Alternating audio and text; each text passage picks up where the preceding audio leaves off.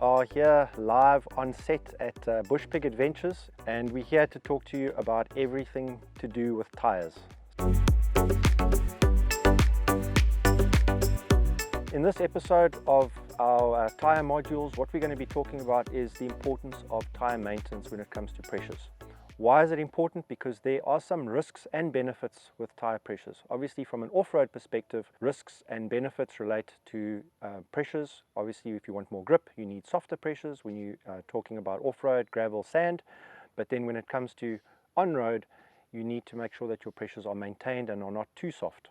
So I have my subject matter experts with me, Lance and Marcus, and I'm going to just talk to Lance first about the importance of pressures and what he's seen relating to pressures that are either too high or too low from things like irregular wear and damages. Lance, let's just start with high pressures. If you inflate your tires too hard, you're driving on the road, for example, you're not aware of it, what type of issues can you see or experience with overinflated tires? So may I just start firstly, Ryan, about pressure maintenance, and it's probably the singular most important thing motorists can do, whether it's a passenger car or a 4x4, is maintaining one's pressures weekly at minimum, that we check that our inflation pressures are according to the vehicle manufacturer's specified pressures in the handbook or wherever it may be found. As far as overinflation is concerned, from a wear perspective, we can expect irregular wear, specifically what we refer to as center wear. This is where the tire wears in the center, and that would reduce your overall mileage. Also, the other impact is obviously handling. Yeah.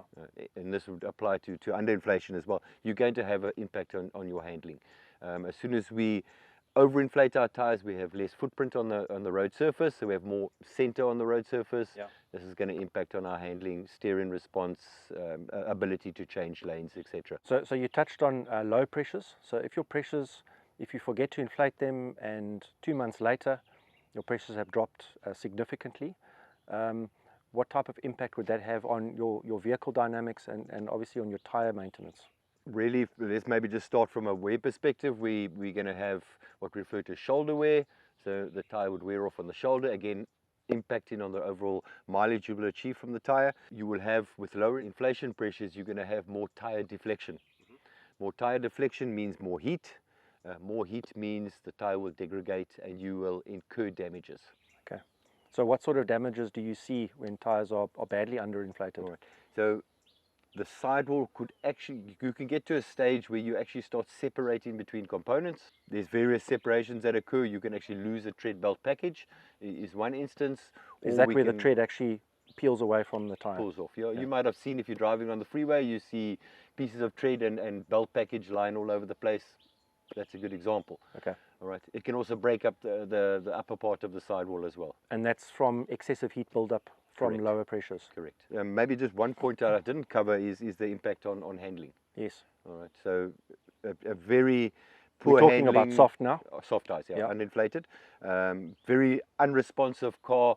We talk about a wallow. So you can imagine you put an input in and the car's all over the place. It doesn't go where you want it to go. So you're saying the directness of the steering goes away, Yeah. becomes very difficult to turn. Correct. And from I think an emergency lane change, if there's something in the road that you need to avoid, your vehicle will not react as quickly if your tires are too soft. That's it, 100%. Okay, thanks very much, Lance. Sure. Marcus, from your perspective, in a 4x4 world, I think tyre maintenance, tyre pressures are critical. As you know, I mean, that's the grip that you have. It's from your tires. Correct.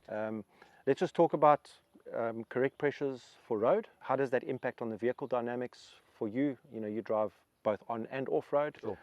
And then obviously you've got to have that switch that says, okay, now I'm off road. What do I do now? Okay. So if we take it right back to the beginning, you go to a dealership and you buy a car. When that vehicle comes off the floor, those tires are as hard as anything. So you get it out onto the road, you drive your new double cab out onto the road, it's probably sitting at 3 bars. Nice and soft, very easy to drive. You think, wow, this has got great power steering. Then you get yourself into an off-road situation. You're a bit inexperienced, you're new to the game, you get on the gravel road and you go, wow, this thing's got hard suspension. I'm losing my teeth, my bones are rattling, and everything starts to shake around in the car.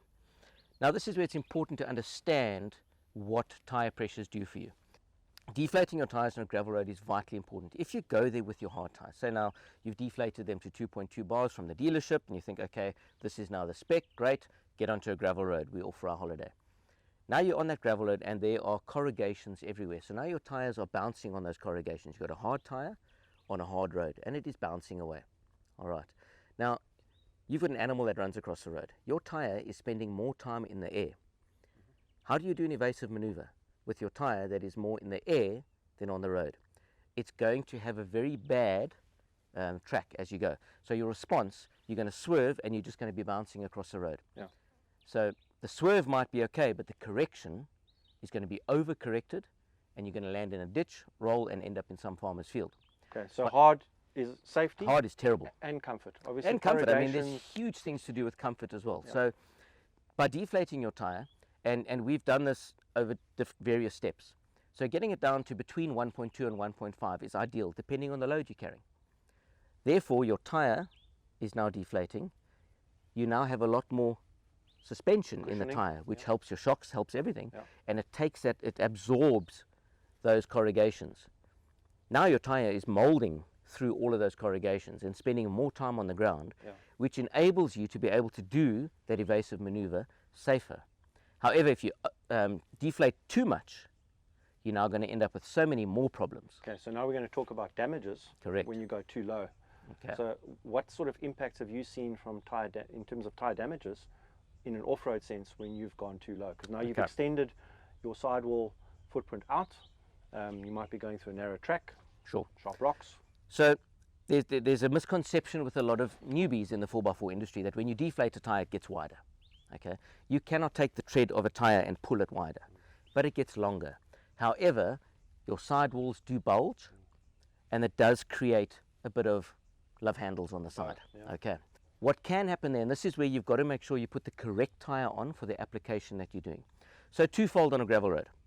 You've got little sharp stones sticking up all over the place. We call them snake bites, because when that bulge is sticking out and that little stone hits there, it can slice that sidewall if it isn't a strong sidewall, depending on the build of the tyre. Also, when it comes to swerving and changing direction, you now have so much sidewall movement that you start to almost dishwallow around the place. Okay, so you make a swerve and then the rear of the vehicle reacts. So everything is very, very slow and wishy-washy. You can debead your tyre, which again can produce a whole nother problem on a gravel road if you lose a tyre. So it is vitally important to make sure your tyres are correct for the application that you're using. Awesome. Thanks, Marcus. Okay, folks, so you've heard from our two experts. This is a wrap of episode 1. In episode 2, we're going to be talking about what happens, as Marcus mentioned earlier, when you deflate your tyre too low, and you talk about debeading or unseating the tyre off the rim and how dangerous that can be from a safety perspective, but also in terms of not having the equipment to put it back on. So please join us for the next episode where we'll be talking about all things tyres. Thank you.